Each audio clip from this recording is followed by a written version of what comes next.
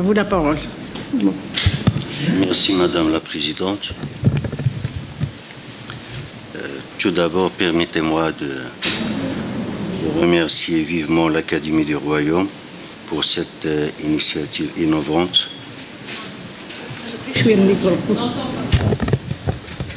Et d'avoir l'occasion de prendre part à ces travaux. Comme mon collègue Yami Ahmedou, c'est le professeur Saouri qui m'a imposé le thème. Alors il m'a lancé un défi. Je ne savais pas qu'il me posait. Je le remercie vivement. Et comme il y a une petite question, je ne suis pas un francophone. Je ne maîtrise pas assez le français, mais je vais essayer. Alors, comme vous savez, l'Afrique est vaste et le terme aussi il est vaste. Alors, je vais me limiter à quelques remarques préliminaires et quelques propositions concrètes. Pour les remarques préliminaires, jeter un regard sur les axes ou les thèmes prioritaires de la recherche sur l'Afrique exige une vision claire sur l'état des lieux et sur le potentiel humain scientifique disponible. Parallèlement, il faut souligner que l'enveloppe budgétaire allouée à la recherche scientifique en Afrique reste modeste, moins de 1% du produit national brut. Au Maroc, c'est environ 1,2, je pense, quelque chose comme ça. La moyenne, c'est moins de 1%. 0,8. Et c'est un handicap vraiment qui empêche la recherche scientifique dans notre continent. Depuis leur indépendance, les dirigeants africains ont consacré leur effort au volet politique. Ce qui me paraît normal. L'édifice de l'État nécessite ça. Face aux nouveaux défis qui se présentent à notre continent, la montée en puissance des enjeux sécuritaires, défis économiques, taux de croissance, chômage, pauvreté, défis sanitaires, les épidémies, et aussi les enjeux, s'ajoutent à ça les enjeux des répercussions du changement climatique. Tous ces enjeux nous emmènent à réfléchir en posant la question suivante. Comment développer notre continent? Autrement dit, comment penser et repenser l'Afrique économiquement? À mon sens, il faut renforcer le volet économique, sachant qu'il y a un chevauchement avec les autres dimensions politiques, sociales ou culturelles. D'ailleurs, l'histoire du commerce transsaharien nous enseigne que le facteur économique était la locomotive de l'acculturation bénéfique et sage entre les deux rives du Sahara durant le dernier millénaire. C'est par le biais du commerce que les peuples et les tribus de la région ont réussi une acculturation réciproque extraordinaire. À cet égard, il y a un fait historique qu'on oublie souvent, que durant ce millénaire, 9-10 siècles, on n'enregistre qu'un seul conflit militaire. Et c'est très important. On n'enregistre qu'un seul conflit militaire durant 10 siècles. Je vous laisse à comparer la situation en Europe, en Asie ou ailleurs.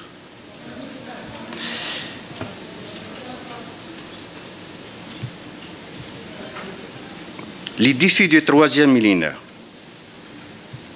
Bien que la situation soit un peu sombre, il ne faut pas négliger les efforts déployés par la nouvelle génération de décideurs politiques dans certains pays africains. Cette génération a réussi la transition politique habilement et sans souffrance atroce, et en se basant sur la stabilité politique et sociale, elle s'est lancée dans une aventure économique remarquable. L'exemple du Maroc, de l'Éthiopie, du Sénégal ou bien de l'île Maurice nous enseigne beaucoup dans ce domaine. Alors, comment renforcer cette relance au niveau académique et de la recherche scientifique? Je ne suis pas économiste de formation, mais cela ne m'empêche pas de m'exprimer sur la question. Il est aujourd'hui important de souligner que le continent africain a réalisé des progrès considérables sur le plan de la croissance économique. L'Afrique a pu amorcer en effet une dynamique économique avec des taux de croissance de 6%. 5% pour le commerce mondial. Et on ne représente que 5% pour le commerce mondial. L'Afrique espère progresser grâce au partenariat entre les pays du Sud pour une coopération Sud-Sud. Actuellement, les PME représentent, pour moi ce que je pense, les PME représentent l'avenir de l'Afrique. Alors il est temps d'envisager une stratégie concrète pour relancer, encourager et promouvoir les PME en Afrique. La sécurité alimentaire représente une priorité stratégique. Pour atteindre ce but, il faut développer les recherches sur l'utilisation de l'eau, les énergies renouvelables. Dans ce cadre, les chercheurs doivent nous éclairer et nous faciliter la tâche, donner un sens humaniste à la coopération Sud-Sud, comme dans le passé, sera d'une importance primordiale. De ce fait, se présente une occasion qui nous permet d'intégrer ou d'insérer la recherche scientifique dans le tissu économique. Maintenant, je vais présenter quelques propositions concernant les axes de recherche. Et je vais commencer par le commencement. Comme je viens de dire, 1% du budget voilà, moins de 1% consacré à la recherche. Alors, il faut commencer par le commencement. Je pense que le premier axe qui intéresse les chercheurs et les doctorants, c'est de chercher le financement. C'est une question qu'on oublie souvent, malheureusement. Alors, comment financer la recherche scientifique ou bien comment convaincre les bailleurs du fonds à financer la recherche scientifique, sachant que les sciences exactes ne souffrent pas assez de ce problème. Les grandes compagnies ou sociétés disposent de moyens considérables permettant d'investir dans la recherche scientifique. Alors, je pense qu'il faut encadrer et initier les chercheurs, surtout les jeunes chercheurs, dans ce sens. Je me rappelle, il y a 20 ans, un africaniste danois, il m'a dit « Je consacre 50% de mon temps à la recherche et l'autre moitié à la recherche de financement. »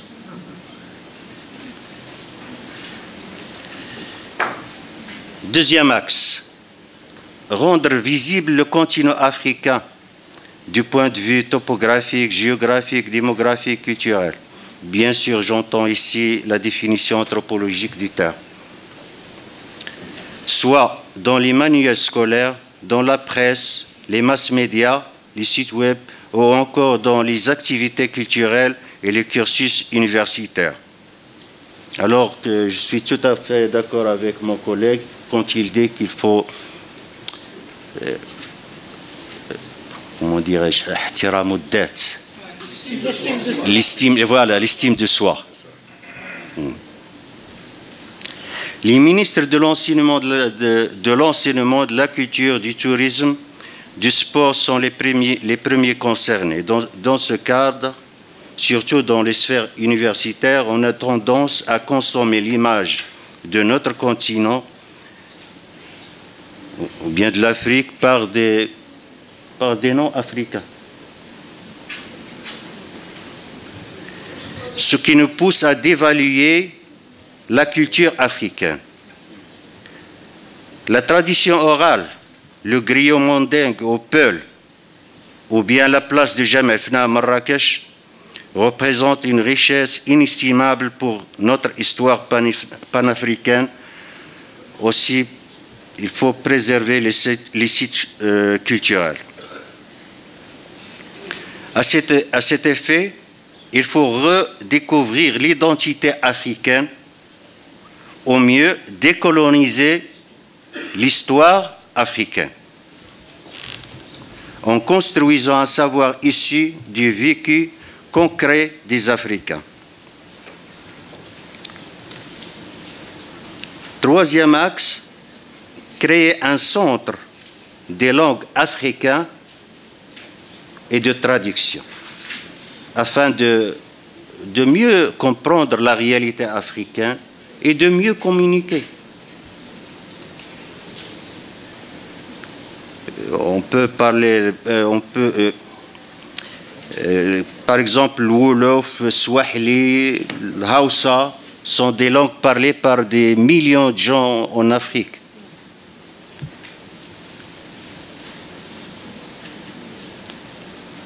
Et ici, le geste de Sa Majesté Mohamed VI lors de sa visite à Addis Ababa en novembre 2016 était très significatif.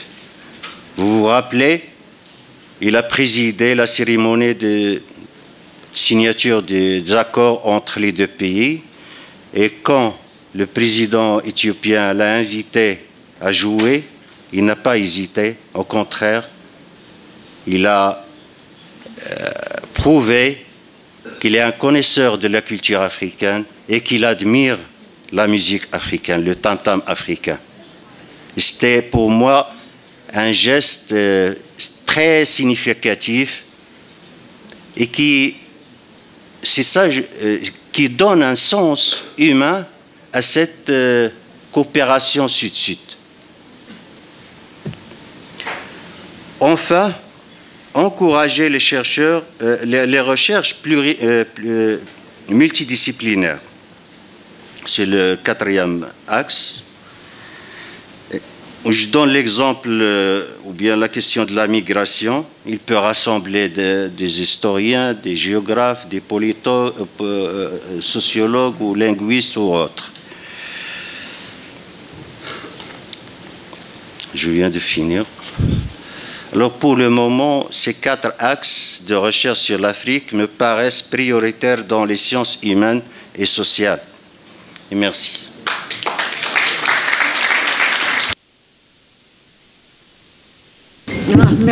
Merci pour ces propositions.